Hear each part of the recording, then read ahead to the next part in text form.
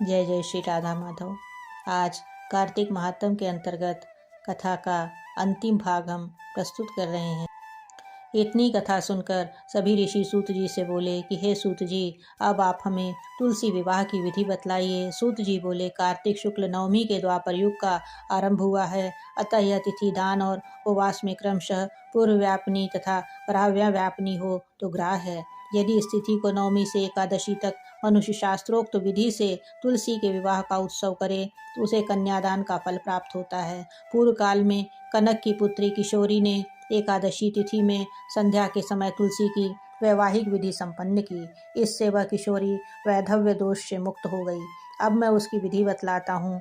1 तोला स्वर्ण की भगवान विष्णु की सुंदर प्रतिमा तैयार कराए, अथवा अपनी शक्ति के अनुसार आधे या चौथाई तोले की ही प्रतिमा बनवा ले।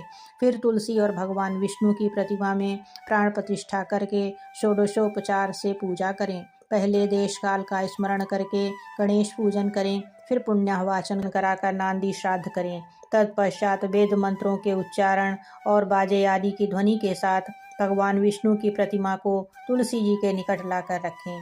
प्रतिमा को वस्त्रों से आच्छादित करना चाहिए। उस समय भगवान का आवाहन करें, भगवान केशव आइए देव, मैं आपकी पूजा करूंगा, आपकी सेवा में तुलसी को समर्पित करूंगा, आप मेरे संपूर्ण मनोरथों को पूर्ण करें। इस प्रकार आवाहन के पश्चात 3 बार अर्ध पाद्य और विष्टर का उच्चारण करके इन्हें बारी बारी से भगवान को समर्पित करें।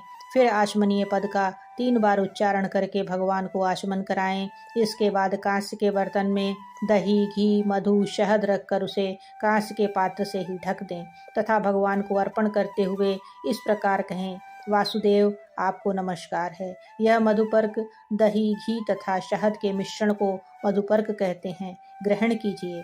तदंतर हरिद्रा लेपन और अभ्यंग कार्य संपन्न करके गोधूली की वेला में तुलसी और विष्णु का पूजन पृथक पृथक करना चाहिए। दोनों को एक दूसरे के सम्मुख रखकर मंगल पाठ करें। जब भगवान सूर्य कुछ कुछ दिखाई देते हों तब कन्यादान का संकल्प करें। अपने गोत्र और प्रवर का उच्चारण करके आदि की 3 पीढ़ियों का भी आवर्तन करें। तत्पश्चात भगवान से इस प्रकार कहें, आदि, मध्य और अंत से रहित त्रिभुवन प्रतिपालक परमेश्वर, इस तुलसी दल को आप विवाह की विधि से ग्रहण करें। यह पार्वती के बीज से प्रकट हुई हैं, वृंदा की भस्म में स्थित रही हैं तथा आदि, मध्य और अंत से शून्य हैं। आपको तुलसी बहुत ही प्रिय है, अतः इसे मैं आपकी सेवा में अर्पित करता हूँ। मैंने जल के घड़ों से सींचकर और अन्य प्रकार की सेवाएं करके अपनी पुत्री की भांति इसे पाला पोसा और बढ़ाया है। आपकी प्रिया तुलसी में आपको दे रहा हूँ, प्रभु आप इसे ग्रहण करें। इस प्रकार तुलसी का दान करके फिर उन दोनों अर्थात तुलसी और भगवान विष्णु की पूजा करें। विवाह का उत्सव मनाएं। सुबह होने पर पुनः तुलसी और विष्णु जी का पूजन करें। अग्नि की स्थापना करके उसमें द्वादशाक्षर मंत्र से खीर, घी, मधु और तिल मिश्रित हवनीय द्रव्य की 108 आहुति दें। फिर शिष्टकृत होम करके पूर्णाहुति दें। आचार्य की पूजा करके होम की शेष विधि पूरी करें। उसके बाद भगवान से इस प्रकार प्रार्थना करें कि हे प्रभु, आपकी प्रसन्नता के लिए मैंने यह व्रत किया है।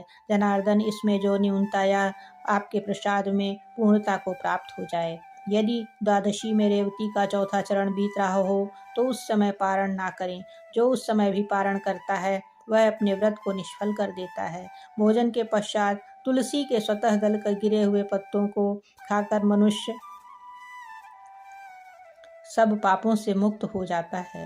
भोजन के अंत में ऊख, आंवला और बेर का फल खा लेने से उच्छिष्ट दोष मिट जाता है।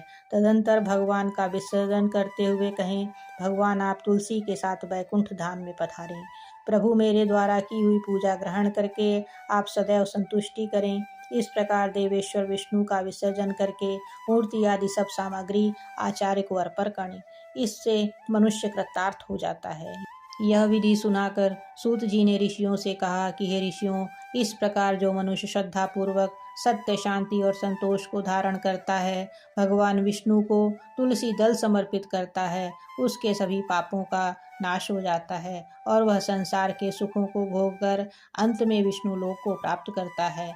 हे ऋषिवरों, यह कार्तिक महात्म सब रोगों और संपूर्ण पापों का नाश करने वाला है। जो मनुष्य इस महात्म को भक्तिपूर्वक पढ़ता है और जो सुनकर धारण करता है, वह सब पापों से मुक्त हो जाता है, भगवान विष्णु के लोक में जाता है। जिसकी बुद्धि खोटी हो तथा जो श्रद्धा से हीन हो, ऐसे किसी भी मनुष्य को यह महात्म नहीं सुनाना चाहिए। इसी के साथ हम आपसे इजाज़त देते हैं। जय जय श्री राधा माधव।